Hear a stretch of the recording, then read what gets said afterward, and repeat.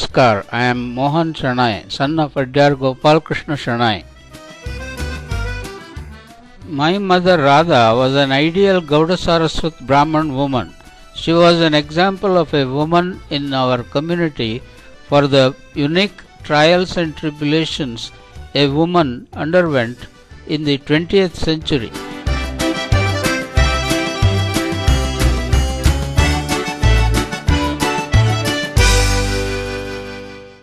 Anand Rai's was the 9th delivery for Radha Bai. After Anand Rai was born, both the mother and the child became sick. Radha Bai fell ill and she could not discharge her duty as a mother towards her last son, Anand Rai. Due to lack of good nutrition, infant Anand Rai develops the dreaded liver disease kwashiorkor and dies at the age of 4 years. At the same time, Radha Bai was diagnosed to suffer from pulmonary tuberculosis and became bedridden. She got good medical treatment, but by then her left lung was damaged. She was treated by performing a thoracoplasty, which was the only surgical treatment available for pulmonary tuberculosis in those days in the 1960s. Amba's father Charadappa had contracted leprosy in his middle age in Kakinada and had become an invalid. He was forced to close his business because of his medical condition.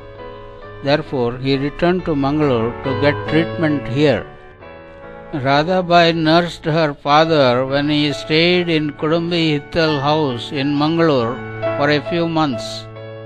Leprosy is a disease that is transmitted by contact. Amba showed a few patches on her body which were diagnosed as being a mild form of leprosy by her doctor.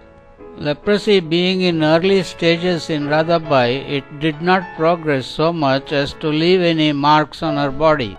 Amba was on anti-tuberculosis treatment and therefore those drugs that were given for tuberculosis were useful for leprosy also. Radha Bai and Gopal Krishna lived in their Kudumbittal house for many more years. Their children left them and made their homes elsewhere. Their children were given education as much as they desired.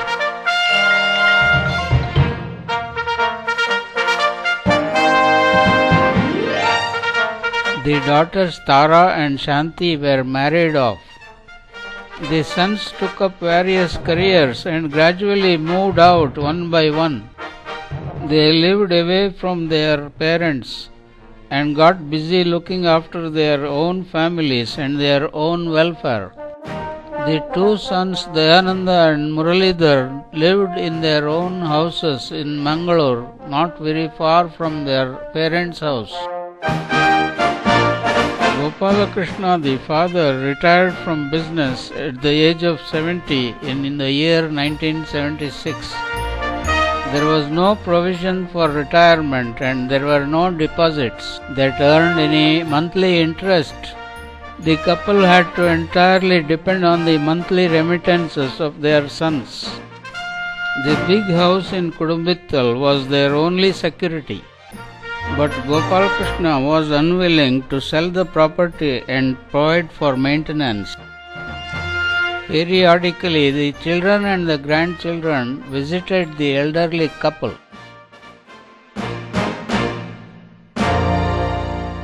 At other times, there was this empty nest feeling that they suffered from.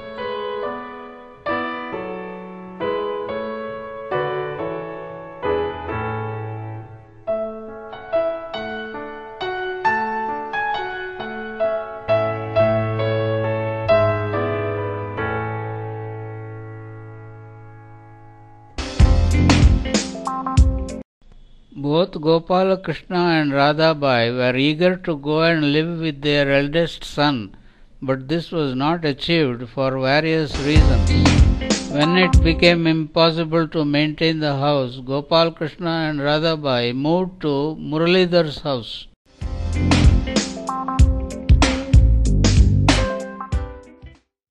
Muralidhar was their youngest son.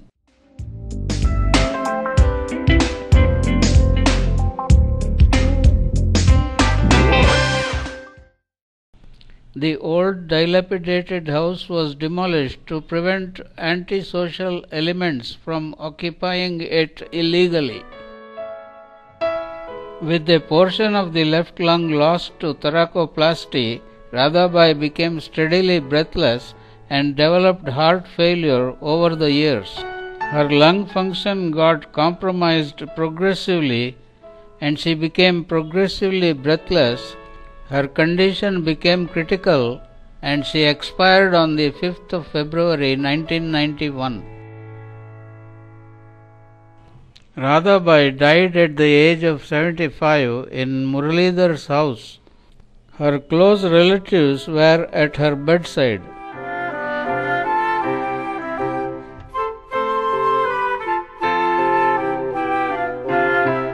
The youngest son, Muralidhar, stood up to perform the last rites.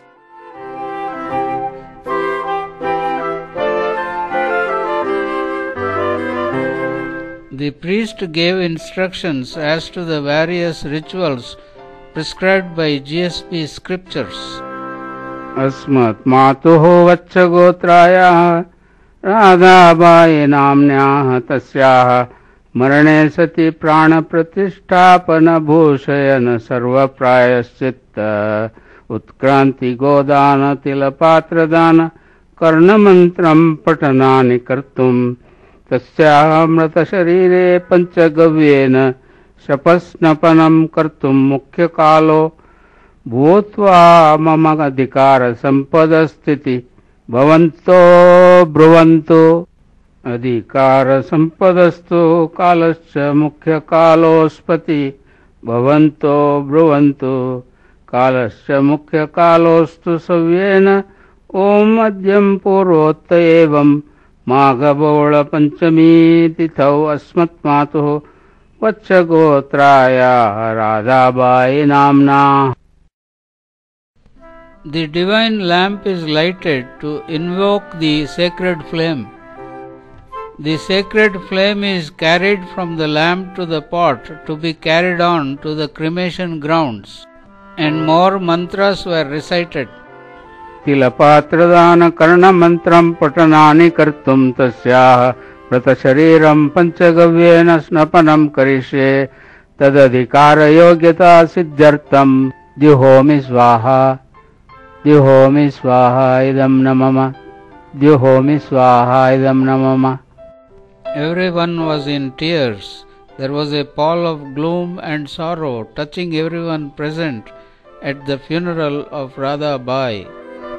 All the men and women present were shocked at the sight of Radha Bai lying dead in front of them. The body is carried to the front yard and given more rituals.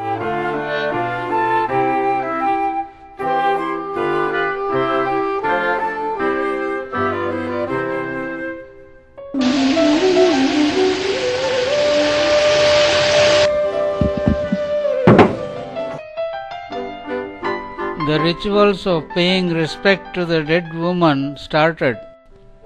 Since Radha Bai died while she was married, she was considered to have died while in harness of marriage.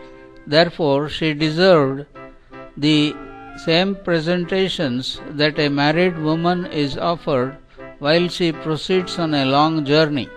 She is draped in a costly sari and decorated with garlands around her neck, flowers on her head. Two of her daughters-in-law offer her vaina coconuts. Other women also join in this ceremony. Radha Bai's daughter Shanti overcame with grief and cried over the dead body of her dear mother. Other women too offer their respects to the dead married woman. As a final gesture, the husband, Gopal Krishna, comes forward to drop a spoonful of sacred water into his wife's mouth, bidding her goodbye. Everyone follows him to offer his or her token sip of water. They come around the dead body and express their regards to the departed soul.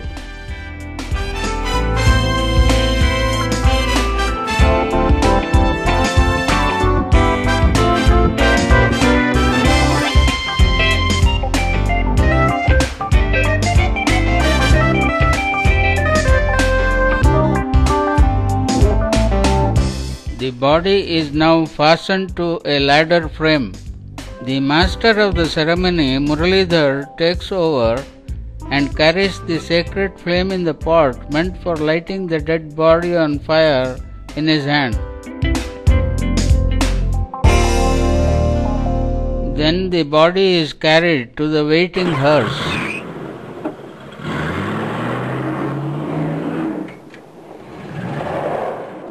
The hearse arrives at the Koolur cremation grounds in Mangalore. The body was carried to the platform and placed on the funeral pyre made of wooden pieces. More pieces of wood were placed on the body to construct a funeral pyre.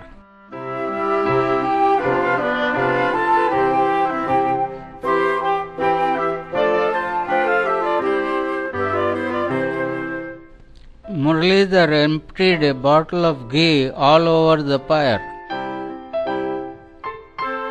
A long torch was lighted and applied in all directions of the funeral pyre. Final respects were paid by all present. Soon the fire began to rage and engulf Radha Bai's body with tall flames.